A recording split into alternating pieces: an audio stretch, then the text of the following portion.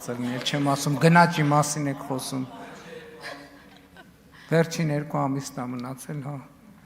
Տիկին Ղազարյան, հա պատասխանես բան վարշորդը ձեր հարցը։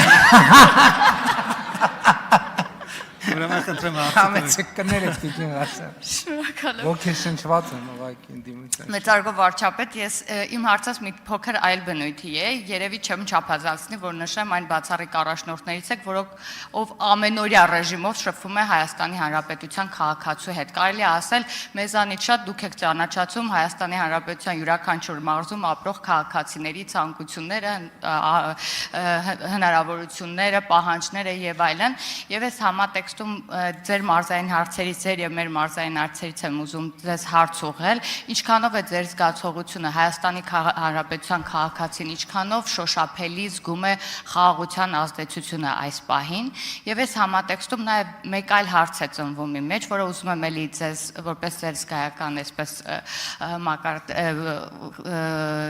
բնույթից հարցնել, արդյոք այս ամենը տեսնելով այսքան ձեռքբերումները, որոնք որ դուք երեքզեկույցի ընթացքում էլ նույնիսկ ձեզ հատկացված ժամանակի ընթացքում ժամանակից էլ անցնելով ներկայացրեցիք եւ ամենամեծ ձեռքբերումը խաղաղությունը ունենալով Հայաստանի Հանրապետության քաղաքացին հակված կլինի ընտրակաշառքով ընտրությունների գնալու, քանի որ ընտրակաշառք առաջարկում են հիմնականում այն ուժերը, որոնք իրապես չեն ճանաչում Հայաստանի Հանրապետության քաղաքացուն։ Գիտեք, ես կարծում եմ, որ խաղաղությունը ամենակարևորը եւ դա հետաքրքիր զգացողություն էր, որ մենք թիմով ճամփորդելիս այդ արձանագրումը արեցինք, որ խաղաղությունը քաղաքացին առաջին հերթին զգում է հոգեբանորեն եւ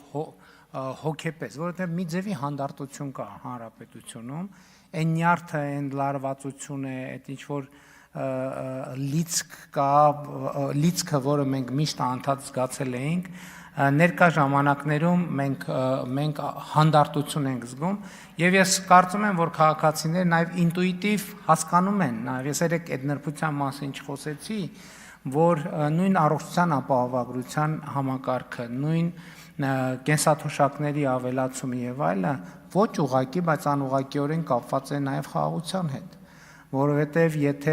եթե օրինակ խաղաղության նկատմամբ չկա վստահություն եւ կառավարությունը սպասում է էսկալացիոն նոր զարգացումների,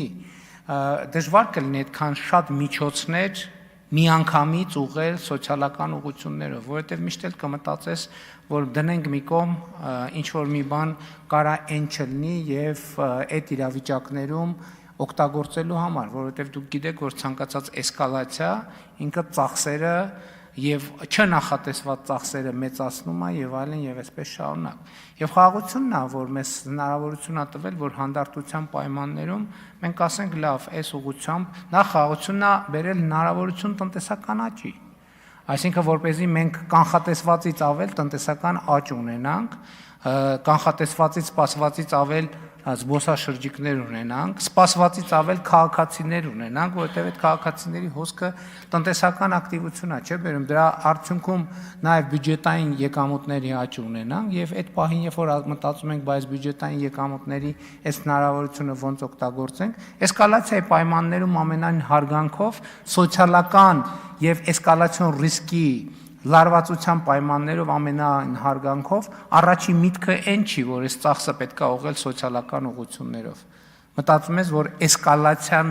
էսկալացիայից բխող ծախսեր է պետք անել կամ պահել, որպեսզի անհրաժեշտ, բայց երբ որ գիտես, որ էսկալացիա չի լինելու, երբ որ գիտես, որ խաղաղություն հաստատված է, շատ հանգիստ, շատ հանդարտ այդ ծախսերը, այդ գումարները ուղղում ենք սոցիալական ծախսերի։ Այո, այս ընթացքում եւս մեկ ընդդիմադիր գործընկեր եկավ գրանցվեց գնաց, ինչի կապակցությամբ շնորհավորում եմ։ Այսինքն ես եւ գիտեք ինչ, իմ կարծիքով քաղաքացիները խաղաղությունը ավելի շատ են զգում, քան մենք նույնիսկ սպասում էինք։ Ես ընդհանրապես 2018 թվականից հետո ընտրակաշառքի ինստիտուտը Հայաստանում չի աշխատել եւ չի աշխատելու, ինչի ձեզ թվում է 2021 թվին ընտրակաշառք չի բաժանվել, քրեական գործեր են հարուցվել, մարդիկ են դատվել, դատապարտվել եւ այլն, այդ թվում խորհրդան անցած ընդդիմությունների ներկայացուցիչների, չկա այդ դարաշրջանը անցել է վաղուց։ Համեցեք արձագանք։ Շնորհակալ եմ շատ եւ եւս ուզում եմ իմ կողմից հաստատվել, որ իրապես զգում է Հայաստանի Հանրապետության քաղաքացին խաղաղությունը, քանի որ մարզային այցերի ընթացքում գոնե ես ֆիքսել եմ կենսաթոշակառուների մոտ թոշակից խոսելուց գոնե 2 կենսաթոշակառու, եթե չեմ սխալվում, հենց Սյունիքի մարզից փաստեցին, երբ թոշակներից էր խոսվում, որ բարձրանալու են, ասաց կարևորը թոշակը չի կարևորը այն խաղաղությունն է, որ արդեն կա, ինչի համար շնորհակալ ենք։ Այո, համաձայն եմ եւ այդ նախադասությունը մենք բազմիցս ենք լսել, երբ որ քաղաքացիների հետ զրույցներում մենք այդ հետևություններին ենք արել, ես անդադ մեջբերում եմ, հիմա էլ կմեջբերի, բայց ժամանակ կգտնի, որ գտնեմ Մալացիա Սեբաստիա վարչական շրջանում քաղաքացու եւ միջև տեղի ունեցած, որ ինձ համար շատ մեծ եւ դարակազմիկ նշանակություն ունեցող խոսակցություն է, երբ որ քաղաքացին մոտենում է ինձ, ասում է, որ գիտեք, ես բազմաթիվ հարցեր ունեմ, ես էլ ասում եմ, որ հարցերը արդյունավետ լինեն, եկեք այդ բազմաթիվները դնենք, ձեր ամենակարևոր հարցի մասին խոսեք, եւ քաղաքացին ասում է ամենակարևորը խաղաղություն եմ ուզում։ Այսինքն բազմաթիվ սոցիալ տնտեսական խնդիրների ինքն էլ աշխատող ըստ ամենայնի ոչ շատ մեծ եկամուտներով աշխատող մարդ էր, բայց ասեց ամենակարևորը խաղաղություն եմ ուզում, ես էլ ասացի մենք ունենք արդեն խաղաղություն։ Շնորհակալ եմ հարցին պատասխանելու համար, Զարուհի Բաթոյան հաջորդ հարցը մրամից։ Շնորհակալ եմ, մեծարգո պարոն վարչապետ, իմ հարցը նախորդի շարունակությունն է, այս զրույցը կարծես շարունակում ենք։ Մենք իսկապես սոցիալական ոլորտում ծրագրերի իրականացման հարցում կարծում եմ, որ մենք զգուշավորություն ենք ցուցաբերել նախորդ տարիների ընթացքում, իհարկե օբյեկտիվ պատճառներով, ինչպես արդեն նշեցիք, բայց հենց որ մենք դրա հնարավորություն ունեցել ենք, մենք միանգամից այդ ծախսերը ուղղել ենք հատկապես խոցելի խմբերին։ Եվ նաև առողջության ապահովագրությունը ցույց տվեց, որ հատկապես ծառայություններն են փոխում մարդկանց կյանքը, այսինքն ֆինանսական աջակցությունը իհարկե կարևոր է, բայց եթե երկրում չկան համապատասխան ծառայություններ, դրանք չեն կարող լուրջ ազդեցություն ունենալ մարդկանց առողջության ու բարեկեցության վրա, եւ քանի որ մենք իրապես արդեն ոչ էսկալացիայի, ոչ կոնֆլիկտի խնդիրները չունենք եւ խաղաղության նոր դարաշրջան ենք սկսում, ուզում եմ հաջորդ կառավարության ծրագրի մասին այսպես հարց ուղղել, արդյոք կարող ենք ակնկալել, որ արդեն նոր ծրագիրը սոցիալական իմաստով շատ ավելի հավակնոտ կարող է լինել, որովհետև ձեր նաև նշած բոլոր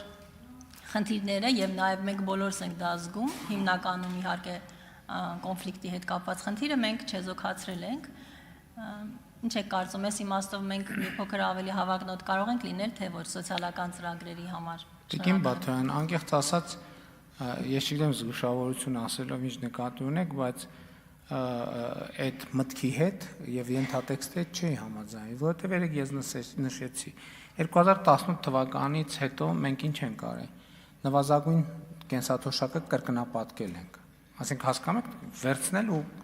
ինչ որ մի բան կրկնապատկել, դա ինչ ծախս է։ Երկրորդը, նվազագույն թոշակը համապատասխանեցրել ենք նվազագույն սպառողական զամբյուղին։ Երրորդը, ետվճարի համակարգն ենք ներդրել։ Հաջորդը,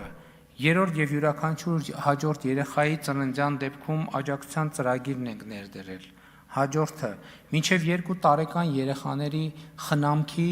նպաստի ծրագիրն ենք վերափոխել, նախ բազային նպաստը ավելացրել ենք, նախկինում այդ նպաստը ստանում էին միայն աշխատող եւ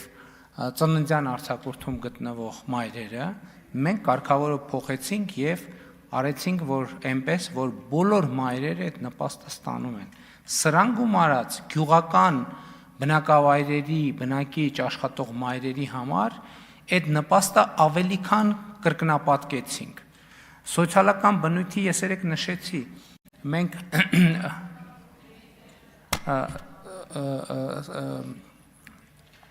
բնակարանային ոլորտում մենք 320 միլիարդ դրամ գումար ենք վերադարձրել Հայաստանի Հանրապետության քաղաքացիներին։ եւ այլն եւ այսպես շարունակ։ Այսինքն ես օրինակ անկեղծ ասեմ, մի հատ եկեք հետ նայենք, էլ ինչ պետք է անեինք, որ չենք արել։ Այսինքն ինչ պետք է անենք։ Ես որ անկեղծ հիմա հետահայաց նայենք, ասենք, այս մի բանն էլ պիտի անենք, առողջապահության ոլորտում փուլ եկել ենք էլի որովհետև այդ կարգի համակարգերը ներդնելիս մենք պետք է լավ հասկանանք ինչ մենք խոսում ենք աշխատավարձների կրկնապատկման, եռապատկման, քառապատկման մասին, բայց մենք հասկանում ենք, չէ՞, դա բյուջեի համար ինչ ծախսեր են ենթադրում։ Ես նկատի ունեմ, եկեք նայենք, դուք արձագանքի մեջ ասեց, օրինակ նախորդող շրջանում ինչ պետք է անենք, որ չենք արել։ Եվ ես կարծում եմ, որ մենք պլանը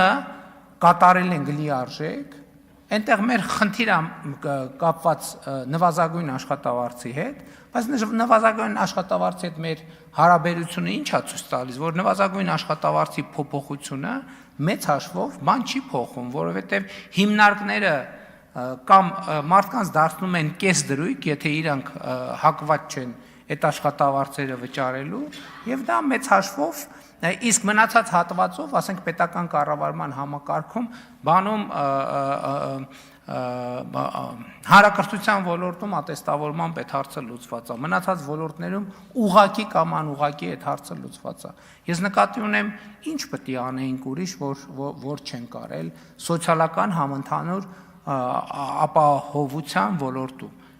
Կան գուցե թիրախային որոշակի խմբեր, որոնց հետ կապված հիմա հաջորդիվ շրջանում մենք մեծ խնդրեմ ունենք վթարային շենքերի հետ կապված հանրապետությունում, բայց դա